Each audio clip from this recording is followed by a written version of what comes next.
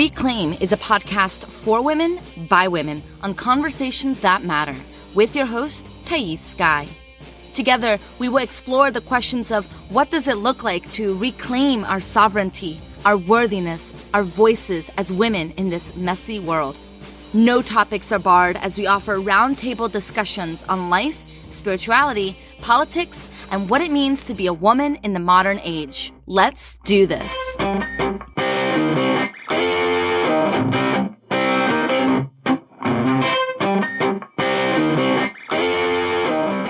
Hello, everybody. Thais Sky here. I am with my special frequent guest, Lindsey Rae, in Lindsey's closet, and we haven't caught up in a while. I know. We haven't. It's been Hi, everyone. A few weeks, I was going to say a few months, but that's not true. Yeah. All these people that you keep telling me are listening. They do listen, Lindsey.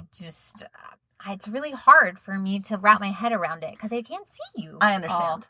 Well, I so respect Lindsey and Lindsey's work so much so that she is one of the teachers for Worthy Women Rise. She explores the topic of self-care in a way that is what? Well, words are slipping my mouth right now. I was actually really taken aback when you asked me to speak on that subject because it's not necessarily a subject that I fall into the mainstream norm, I would say, around my thoughts around it. But here's the thing. If you follow Lindsey on Instagram, on Facebook, you quickly notice that one of the things that Lindsey is really, really good at is taking care of herself. I mean, the things that she buys and does are very thoughtful, intentional ways that she treats her body and her life with reverence. And I really respect that about you. I appreciate it.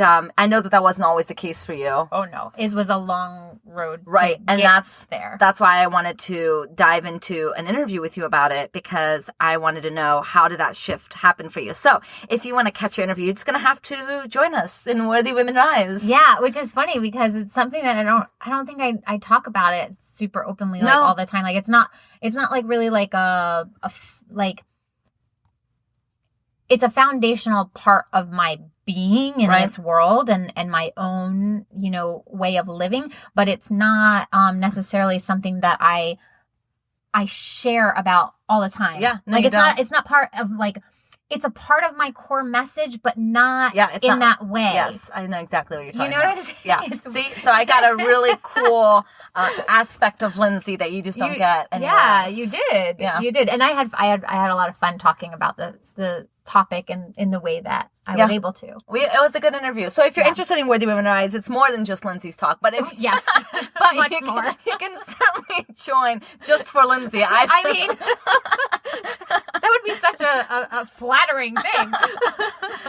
Worthy Women Rise is a 4-month program. Doors are open now. I am accepting applications. The group is going to be very, very, very delicious. This is basically like level 2, like level 1 is, okay, I'm opening up into spirituality. I'm understanding these tools. I'm feeling better. I'm doing better. But now I'm starting to sense that there's a way that I can go deeper and that I need to go deeper in order to fully release, what needs to be released so I can truly embody my truths in the world and be self-expressed and take up greater space. And so Worthy Women Rise is like that level 2. Mm-hmm. And you can go to worthywomenrise.com to learn more. But that's not what we're talking about today. I love that name though, by the way. I just have to tell you. Oh my gosh. It feels so good. Rolls off my tongue. Were we together when I came up with that name? I don't know. I remember the time around it, and I remember your excitement and it just feels right. Everything about the name. It just feels really good. To say it and the energy around it, and it feels different than Own Your Spotlight. So my previous iteration of the Worthy Women Rise program was called Own Your Spotlight, and while I loved the idea of owning your spotlight, it somehow felt like a little bit of a lie. Well, here's the thing, and this is why it resonates with me so much, and this is what I think is so beautiful about it. You've taken the core message of own your spotlight, and you've dropped into the depth of what that really actually means. Yes. So I think when you think of owning your spotlight, you think, I'm going to learn how to talk on stage. and I'm going to learn how to share my message on podcasting or whatever. You think of those more overt leadership skills. But so I kind of sold that, but then I hooked them in because the program was very little about that. And it was a lot more about what I'm teaching in Worthy Women Rise. And so Worthy Women Rise just feels like a better congruency of the name and the material. And we do go deep, but we do it in a way that's safe and expansive and offers transformation that you just don't really see in the self-development world, if I may say so myself, if I may toot my own horn. You can toot your own horn. This is your podcast. Oh, that's right. I could. Toot away. Toot to your heart's desire. Just keep tooting. What? I just keep wanting to say that word, toot. Well, now I think of farting. I know. I'm thinking about it too. Oh, but okay. like, I'm glad that that's what we're thinking about right now. Farting and tooting are like tooting is such a, I don't know, it's a more fun way of expressing of your farts expression, I guess. To toot. Yeah, no, To toot. You know, oops, excuse me, I tooted. Oh my goodness. Okay, now let's maybe get on topic. Wow. No, that was pretty priceless. Shenanigans here. This is shenanigans. I am gonna like write on every single Instagram post that you ever write from now on. I'm like, I'm tooting. I highly recommend if you're listening to this. To just toot. To just comment on your stuff that you're gonna be tooting. Or you could just toot. Just let it out. We just gotta spam Lindsey's Instagram with toots. Oh my gosh. Okay. All right. We need to settle down here. Let's. Okay. So jump in. Yeah, maybe we should take a deep breath together. Gosh, there's nothing like a good breath. Really isn't. So, we've talked a lot in our conversations about the shadow side of manifestation. We talked about justice and righteousness. We've talked about all sorts of thoughts around how the spiritual community is really hurting itself and shooting itself in the foot. And I thought we would just continue to expand the conversation because we've touched upon this plenty of times, but continue to dive into the concept of spiritual bypassing and address it directly. Because I feel like we've talked about it. We've talked about some ways to spiritual bypass, but I kind of want to devote some time to really, really explore what the idea of spiritual bypassing is. Because it's kind of like, I don't know, it seems like it's a trendier word. It's a word that's become trendier. Like everything I don't remember hearing the words spiritual bypassing. Well, I think this is what happens in general with any kind of community or, industry or, sector of whatever, Yeah. We take a concept, right? Yeah. And we bring our ego with it. well, right. I mean, because like our ego's part of us. Yep. And like it is, it is. And, but what happens is in order to mass market any concept, it needs to be really easy to digest and super quote unquote palatable for the masses. Right. And so what happens is the depth of any concept becomes excavated from the concept itself. And so therefore we see a lot more of the surface level stuff. And I think that the concept of spiritual bypassing is starting to go through that process. And I do believe it's a process that kind of just inevitably happens because, hey, look, this is the world we live in, right? We live in this instant gratification, right? And a society of capitalism where it's like, how can we take something, package it, and sell it to the most amount of people? In the quickest amount of time. Just that, what I just said. Where's the depth of connection in that model? There is none. Well, so maybe in one root of spiritual bypassing is our capitalistic structure. I've been watching a lot of Netflix documentaries about systems, exposés on systems and conversations. What was that? I watched, was it like Capital? Yeah, it's called Dirty Money. Was it Dirty Money? I don't know if that's the one I watched. Oh my gosh. Maybe it was. So there's one on Netflix now called Dirty Money, and it highlights like 5 industries or 5 specific instances of people who really corrupt corrupts the system. And one of the more famous one is pharmaceuticals. And there was a pharmaceutical company that they decided they weren't going to do research and development and develop their own drugs. They were just going to buy other companies that were selling drugs and then just sell them. So for example, they would buy a company that there was only one drug in the market, so there's no competition for this drug, and let's say it was being sold for $20 a drug. Well, then these drugs are necessary for people's survival. So they just jack up the price to, like, let's say $800 for one drug. And now without increasing the demand, because there is this limited group of people that need this drug, they've leveraged the sales. And so this one couple they interviewed, it was insane, Lindsey. This drug went from being like $5. I mean, she needs to take this pill like something like twice a day, every day or something. They now spend $300,000 a year just on this medication. Okay. These are the kinds of things that we see happen all the time. It's just not part of our everyday life. Yeah. So, we're not constantly like contemplating this, but this happens every day. These are real people. Yes. This is happening to their life. Yeah. And it goes far beyond being like heartbreaking and sad. This is a broken system. Capitalism is in and of itself broken, because the underlying foundational understanding of capitalism is supply and demand, right? And that the market will take care of itself, and that regulation only interrupts the market.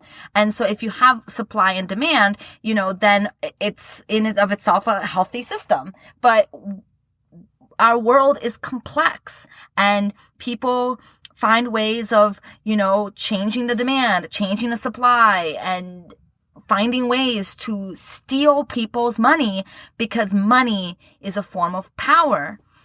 Yeah. So I can definitely all manipulation, really. It's like, and extortion. Yeah. And then, we were just talking about this earlier, how like the distribution of wealth just, and then the distribution of resources, like really plays in a really like fucked up part of all of this, just because, we're talking like the minimum wage is like $7-8, but yet you have to make 4 times your rent monthly to sign a lease, right? Yes. In most places, that would be considered quote unquote like safe, nice places, which, I mean, even that like just sounds like I can hear like my privilege coming out saying something like that, because I recognize that's why I said quote unquote nice, safe places.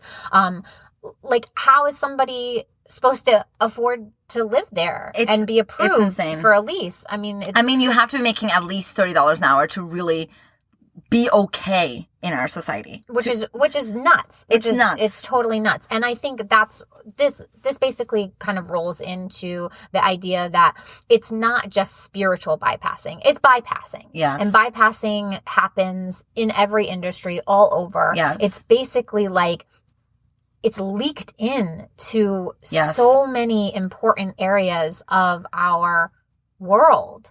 And it's just, we continue to disconnect from the depth of the experience. And that's what continues to lead us to the bypassing of everything, because we want to numb out. We want to not feel the pain. We want to, just stop and sever. Yeah. Because for some reason we have been taught that is easier than actually going through and feeling all of the mess of humanness. Yeah. So when I did some search on spiritual bypassing, I stumbled on this article by a man named Robert Masters. I literally know nothing about him, so I'm not vouching for him, but I loved this article.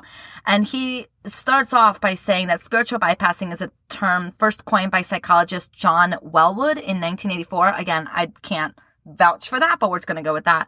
And is the use of spiritual practices and beliefs to avoid dealing with our painful feelings, unresolved wounds, and developmental needs. It is much more common than we might think, and in fact is so pervasive that it's go largely unnoticed except in more obvious extremes. And I think what we're talking about is the more obvious extreme. Mm-hmm. I mean, this is talking about bypassing in general. selling that you can make any type of money that you want and that you deserve to make as much money as you want and that it's all money mindset and your business deserves to make as much money as you want without a grounded conversation about capitalism and about our participation in a broken system. And that's not to say that we shouldn't participate in capitalism. Like, we kind of have to survive. We have to live. This is the system that we live in. But we should understand how the system works, how the system is broken, so that we get to buy into it consciously versus unconsciously. So That, if there's I think, is the any key. money mindset coach in the spiritual community that's not talking about capitalism, that's bypassing. Because Absolutely. they're avoiding the difficult conversations and the difficult feelings that arises when we are faced with this juxtapositioning concept of, on the one hand, I want to make money, I deserve to make money because everyone deserves to make money. You have a business or whatever, and you should want that business to thrive. There's nothing wrong with that.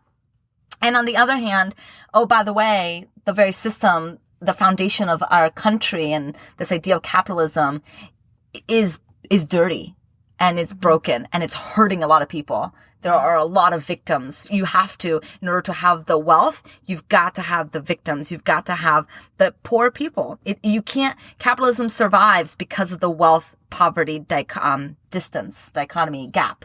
And so, listen, this is the joy, I think, of being grounded humans with spiritual experiences is we get to learn how to navigate these juxtapositioning ideas without ignoring one just so that we feel good about the other, you know? Okay, so he goes on. Part of the reason for this, why it's so pervasive and goes unnoticed, is that we tend not to have very much tolerance, both personally and collectively, for facing, entering, and working through our pain, strongly preferring pain-numbing solutions, regardless of how much suffering such remedies may catalyze. Because this preference has so deeply and thoroughly infiltrated our culture that it has become all but normalized, spiritual bypassing fits almost seamlessly into our collective habit of turning away from what is painful, as a kind of higher anesthetic with seemingly minimal side effects. It is a spiritualized strategy, not only for avoiding pain, but also for legitimizing such avoidance in ways ranging from blatantly obvious to the extremely subtle. And I would even say that's perpetuating violence and perpetuating harm. If we're not checking in to see, you know, what is going on within and our pain, if we have no tolerance for that, then we're going to want to displace that somewhere. And shutting out from reality is a form of violence to people who are the victims of our systems. And you know, we talk a lot in this kind of like spiritual self-help industry about, you know, just, you know, shifting your perception around something, right? So, like even in like A Course in Miracles, a miracle is defined as a shift in your perception. Yes. So I was thinking about this a lot yesterday, actually. Ooh, I can't wait to hear this. I love Lindsay's thoughts. It's crazy what goes on in my mind. It's brilliant shit in there. I was thinking about that, and I was thinking about that concept. Okay, I've been taught that a miracle is a shift in my perception. And while, yes, I feel like I have definitely experienced that, I've experienced many shifts in my perceptions because I continue to cultivate my curiosity and I push myself to diversify my perspectives because I know that is going to make me expand. I love that. And I love that. Deeper. I love that. Diversifying my perspectives. Yeah. I think that's a brilliant way of breaking through the cult, the brainwash, the spiritual bypassing. Yeah, I mean, I think it's really, and the white privilege and everything else. It's just important, you know. Diversifying. How else are we supposed to learn? How else are we supposed to cultivate a deeper, you know, knowledge and therefore cultivate wisdom within ourselves if we are only in this little bubble? But what I like about that, Lindsay, is because there's a difference between going to a third world country and seeing how other people live and then kind of doing that whole pity thing of, oh, that sucks. I'm so grateful and blessed. But that's bypassing. Right. Wait, because yes. you're not connected deeply That's to what how that affects you Exactly. and our world. Because if we are all one, if we are actually going to embody the spiritual principles that we are taught, Yes. which is we are all one, Yes. then how then can you go have an experience where you see another human being suffering, Yeah. and then you go, oh, but that just makes me feel so much more grateful for my fucking Coach bag. Yeah. No, Like, but that's what... bypassing. Oh, I'm starting to sweat. I'm starting to sweat. Oh my God, I'm starting to sweat. And listen, I feel like I can say this stuff because I've done it. I've been there. Yeah. Well, so that's what I'm saying. That's what I'm saying. There's a difference between having a... she I really might is have sweating. to take my shirt off. I'm sweating. I get so worked up. There is a difference between having diverse experiences, which many people are, have the privilege of traveling and the privilege of, experiencing different cultures and food. There's a difference between that while maintaining the same perspective, which is I'm so blessed, right? Versus allowing those experiences to feed into your perspectives and opening yourself up and developing a deeper connection to humanity and to each other, where you can see, oh, right, my entire perspective has come from a place of whiteness. I am now seeing, because I have connected with different people, and different experiences, that my perspective is one perspective. It is not the unified perspective. Absolutely. And then we can start to diversify our understanding of the world and start to see that, like you made a comment about how I can feel my privilege coming through, right? Like I feel my privilege oozing through all the time. But and eventually maybe that won't be the case. Like I won't have that privilege oozing through. But right now, where I'm at in my development, I can notice it and be okay with it and check myself and then do something deeper about it. Yeah. And I mean, let's be honest, like our privilege is never going to not ooze away unless the entire system is completely restructured, which I don't necessarily think that's going to happen like in our lifetime, I mean, this is how many hundreds of years, probably thousands of years has this structure been put into place. I mean, it's going to take a lot more especially even people. Beyond just whiteness, because this is a 300-year-old lens versus the other lens, like heteronormativity. Yeah. And sexuality and sexism and perspectives on gender. Anyway. And I also think that, us bringing in the concept of like these very binary views are something else that hinders our perspective, which then hinders our quote unquote ability to have miracles, right? Yeah. Because listen, when I diversify my perspective, when I expand my and literally like push up against my own edges and my perspectives constantly shift. Yeah.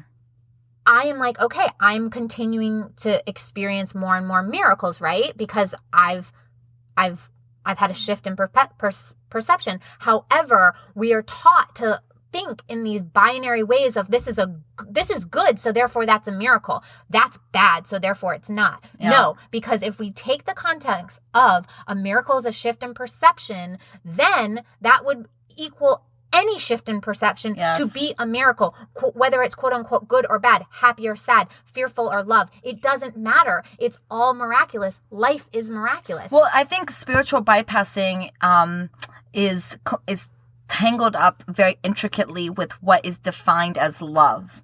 Right? Because in the spiritual community, we believe that love and light will change everything. If they just had more love and light, then there wouldn't be a problem. Listen, you have heard these stories over and over and over again of very privileged people going to quote unquote underprivileged, right? Communities where people are developing nations. Literally like what they have to do to get water every day is just, most of us wouldn't be able to last a day, And you will have them come back with their experience, sharing their perception of these humans. Yeah. And you will hear them describe these people as the most light-filled people, the most joyful people they've ever seen and spent time with. Yeah.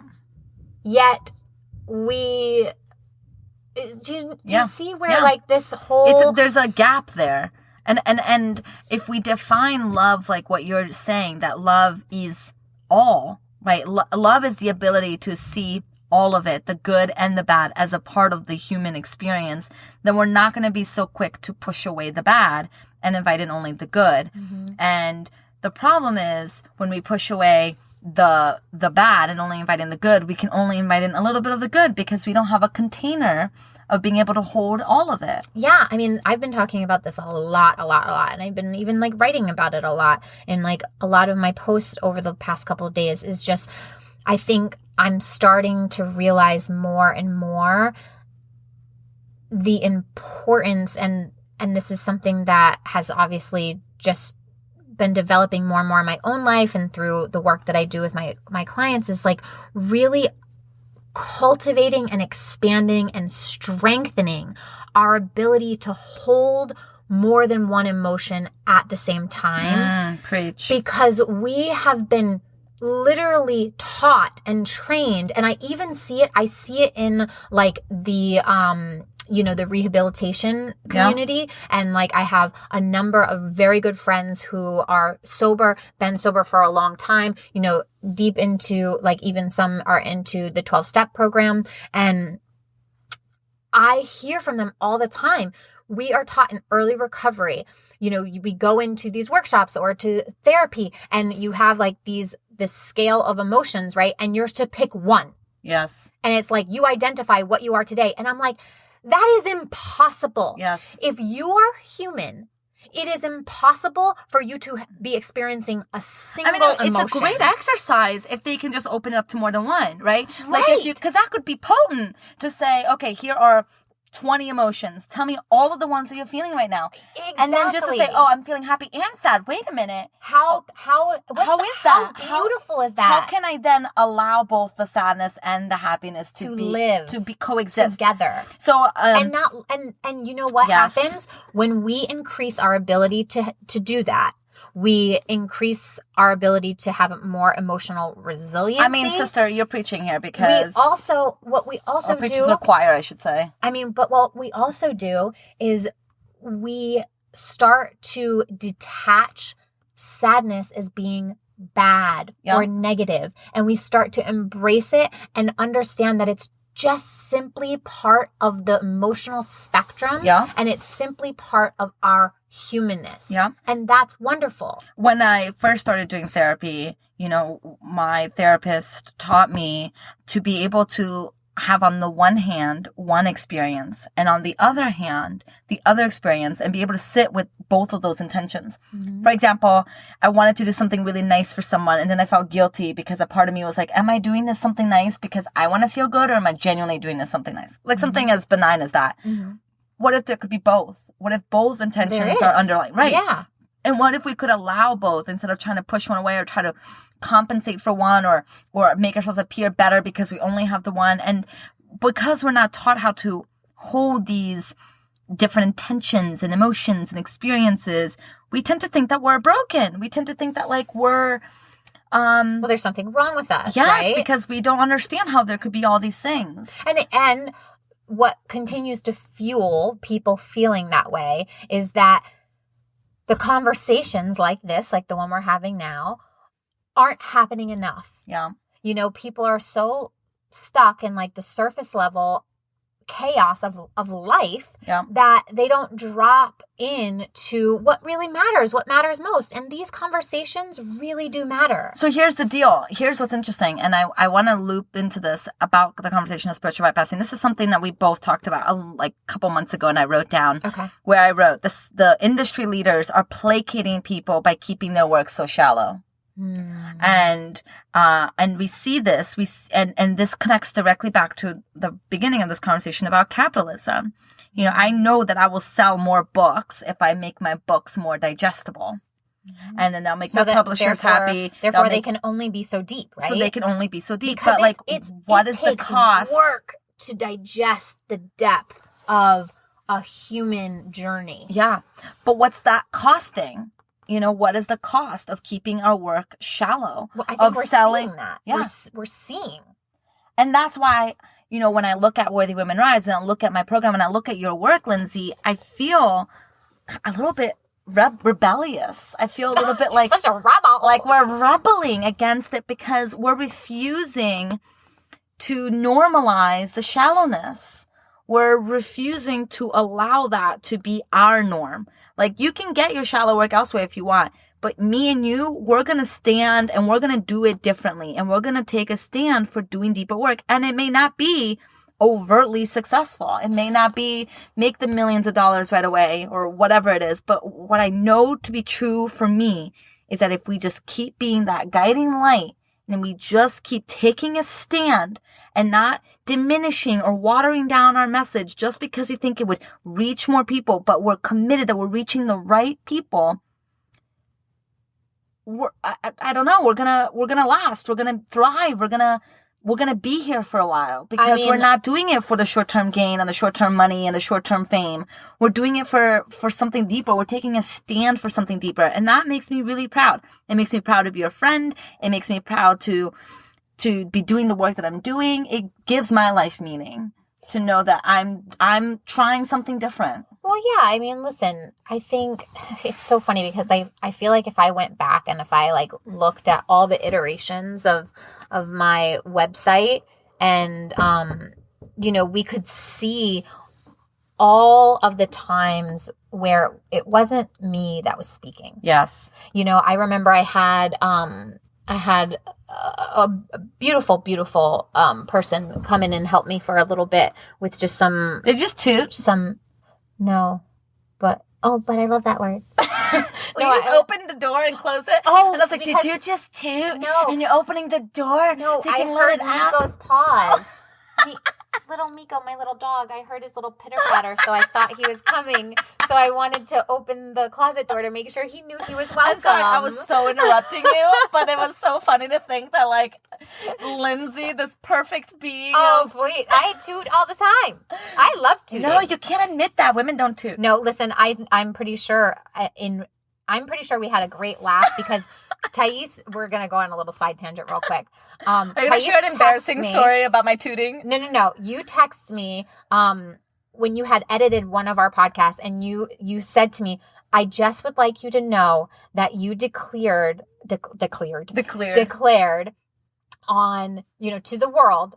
So you say, all these people that listen, but I still there are don't people know, that are listening. That you... that you are devoted and you bring reverence to your pooping every day. That's right. I do remember this. And we were hysterically laughing about it because, listen. You do, I am human. I still think that maybe you tooted. No, I would tell you if I did. Well, you would probably smell it. Anyway, I'm so rudely interrupted you. I don't even remember what you were saying. I remember. I don't know how because usually I'm the one that doesn't remember. However, I had this beautiful soul that came in and helped me with a little bit of stuff in my business. That's right. A few months. And, I ended up looking to them because I just felt kind of all over the place. Which, if you do, that's fine. It happens to the best of us. You don't even have to be an entrepreneur to feel all over the place. You just have to be a human in life. But I kept sharing with all of these people, the importance of depth for me and how I don't know how to say it to where people can get it and listen and understand, and I need help with my messaging. What came out of it was copy, because they were helping me a little bit, and they're like, this is what you should definitely have on your website. It's going to be clear and concise for people. And every time I opened up my homepage, I felt this ache, and I felt this incongruency. Oh, and it hurt me, and it was I don't want to do this anymore. If this is the way I have to do it, I don't want to do it. So, while I might not be able to articulate my work in a way that's super palatable for the masses, maybe the masses aren't ready for my work yet. Boom. I think that's it. And that's what I had to come. I think that's exactly to come to grips with, you know. And I just think that there's obviously a great deal of inner work that I had to do to get to that point, you know. Yeah. And there's been many variations of that, but I think that that's a lesson that anybody can really hold true. Is if it's not feeling aligned with you, you're not really speaking and uncovering your full truth, you know? Yeah. Well, I'm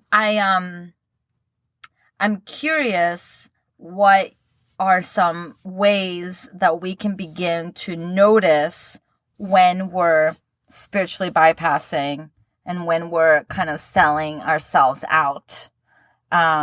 Well, I think this is a big one, and I don't know. I'm literally just talking out of like my own thoughts and experiences. I haven't done too much research or digging into like, you know, the concept of spiritual bypassing. I actually have a great book that is on my list to read, and I can't wait to read it after I'm done with the 50 books that's coming before that.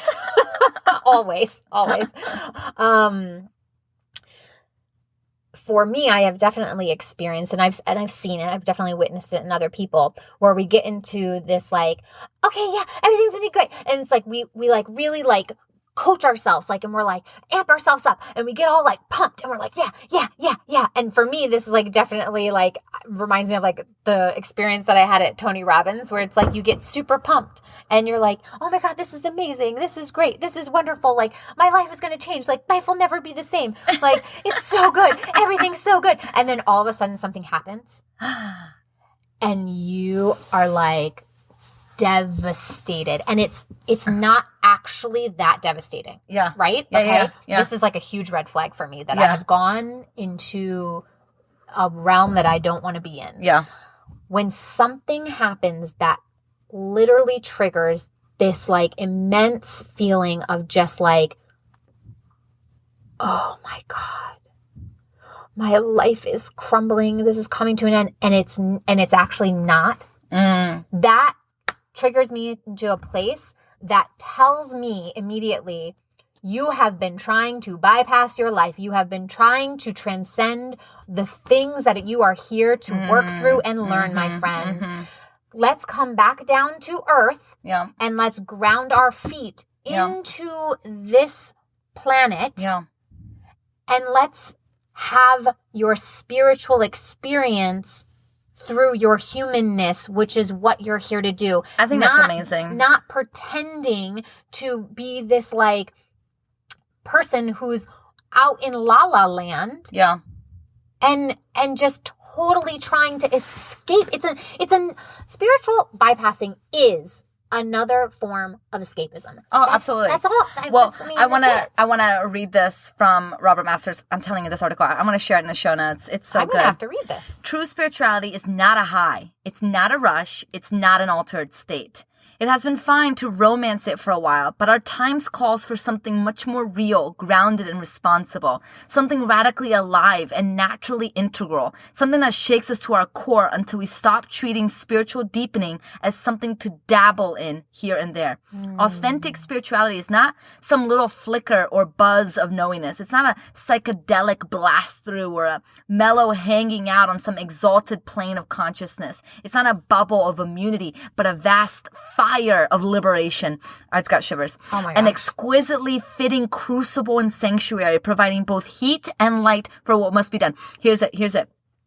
Most of the time when we're immersed in spiritual bypassing, we like the light, but not the heat. Doing whatever we can to distance ourselves from the flames. And when we're caught up in the grosser form of spiritual bypassing, we'd usually much rather theorize about the frontiers of consciousness than actually go there, sedating the fire rather than breathing it even more alive, espousing the ideal of unconditional love while not permitting love to show up in its more challenging personal dimensions.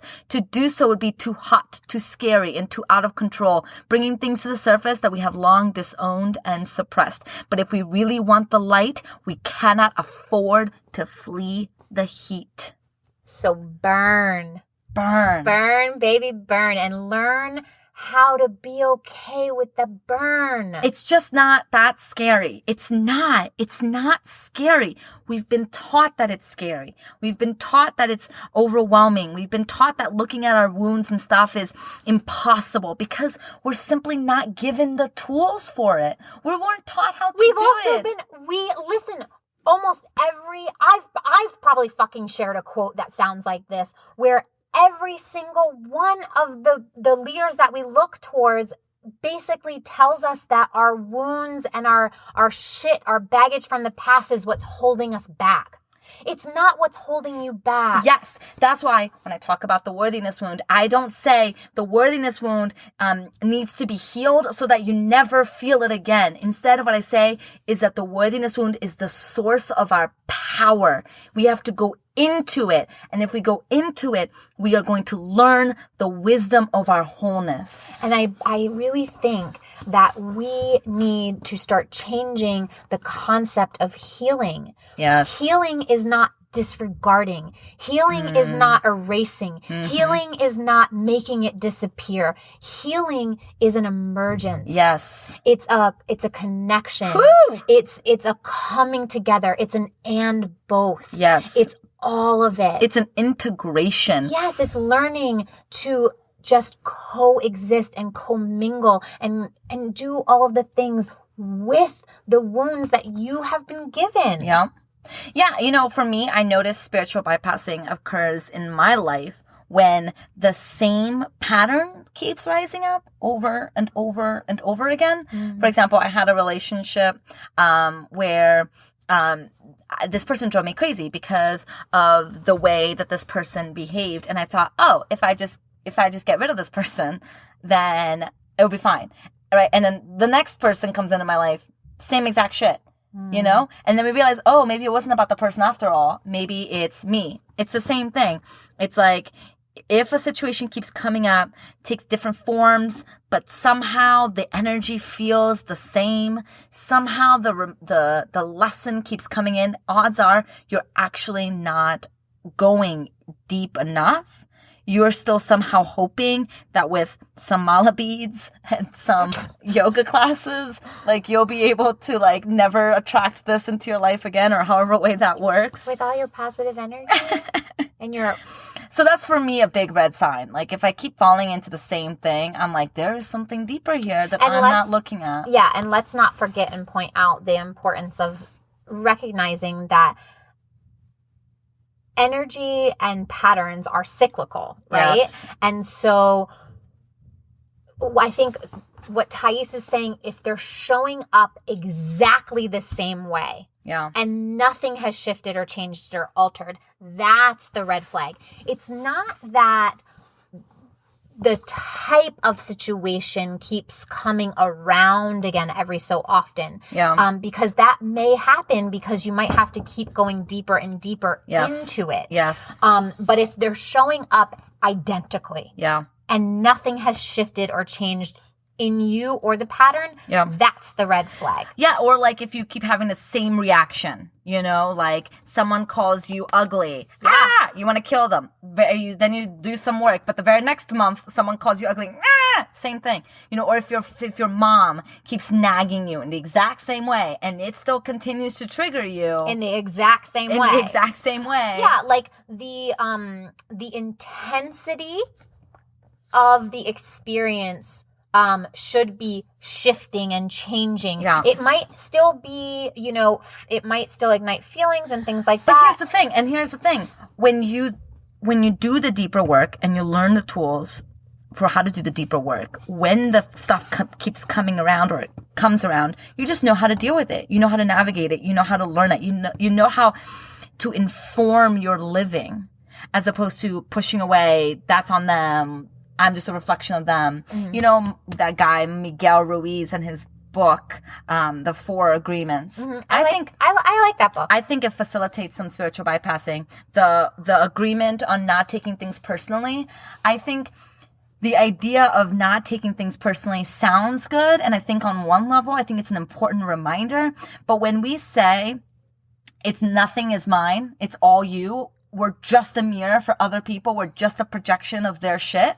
Absolutely. Then we're not taking responsibility for the impact and and how we may be perpetuating that scenario. Absolutely. No, and I agree. And while I love the book.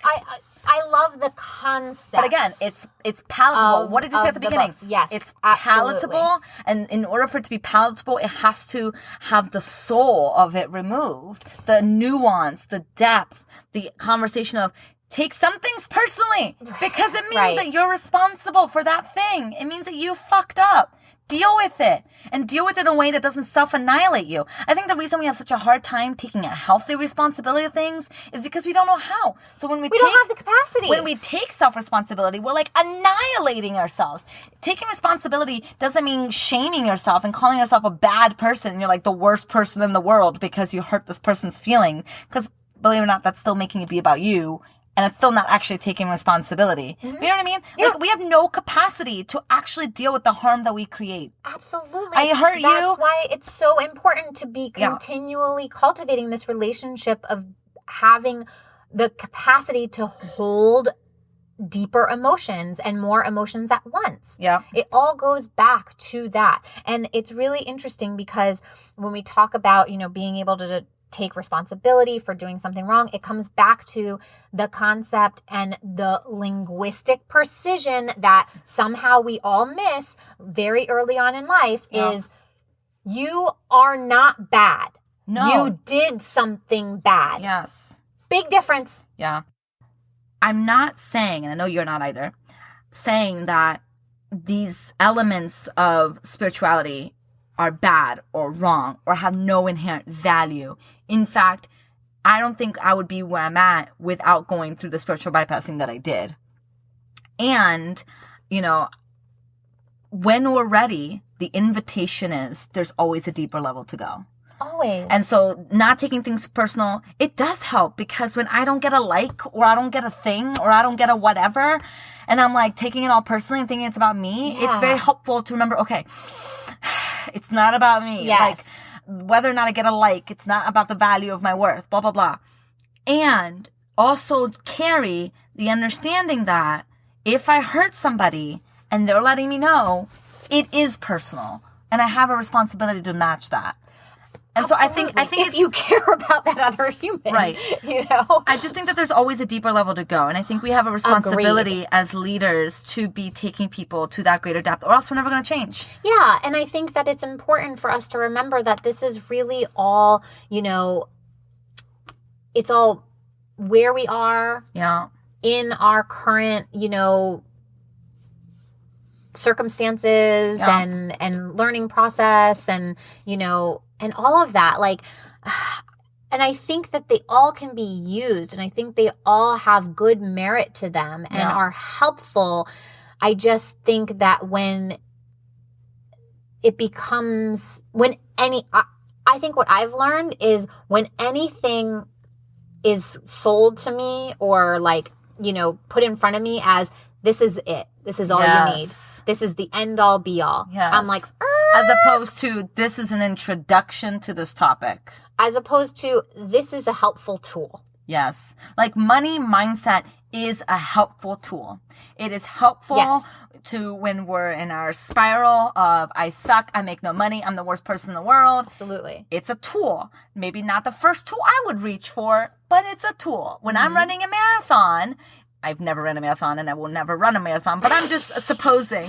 I've run a half. One is running a marathon on mile 20. It's not the time to be investigating your parental wounds. And that's why, Or if you're Lindsay, maybe it is. Because I definitely shed a lot of tears on my half marathon. And that was only a half. Imagine if it was a full. Oh my God. But maybe that would be the time to pull the mindset tool of Just fucking focus. One step at a time. You got this. You got this. You got this. Move forward. Move forward. Agreed. That's a great tool at that time. It's just we got to know when to use the right tools. And I think we're not given the breadth of the tools that we need to not spiritually bypass. Agreed. And hence why I have this podcast and these conversations. Yeah, because they're important conversations. And Worthy Women Rise. That we should be having more often, and they should become more of the norm. Well, we just went on a very beautiful journey in the mountains of spiritual bypassing. I know. How do you feel? I mean... You feel complete? Yeah, you know. You feel like I don't know. I feel like I never truly feel complete. No, that's why we keep addressing the same things over and over again. Because, like, you know, when we talk about it, I think we also, you know, just start...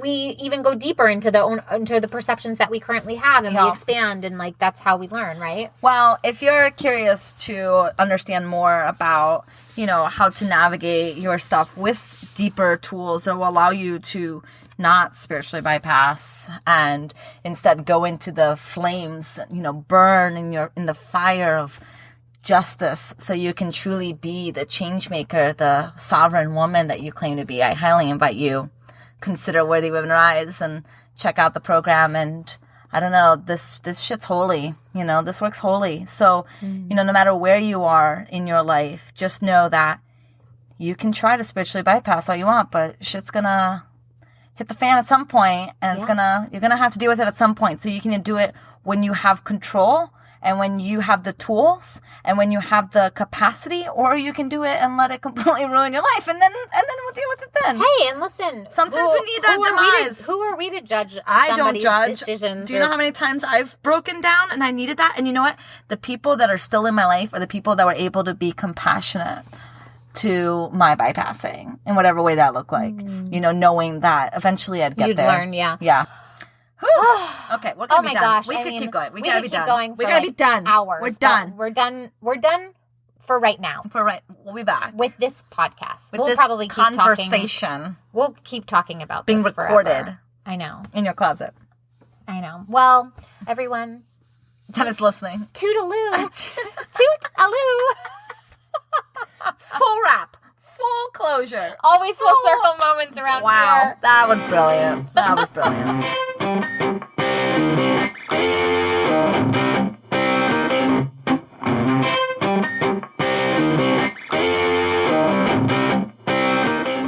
Lindsey and I had a lot of thoughts around spiritual bypassing, and now we want to hear yours. Come hang out with us on Instagram and Facebook. You can find Lindsey at with Lindsey Rae and me at I am Thais Sky. And if you want to check out more of Lindsey's work, go to www.withlindseyrae.com. And as always, you can learn more about me and my work at www.thaissky.com. See you next week.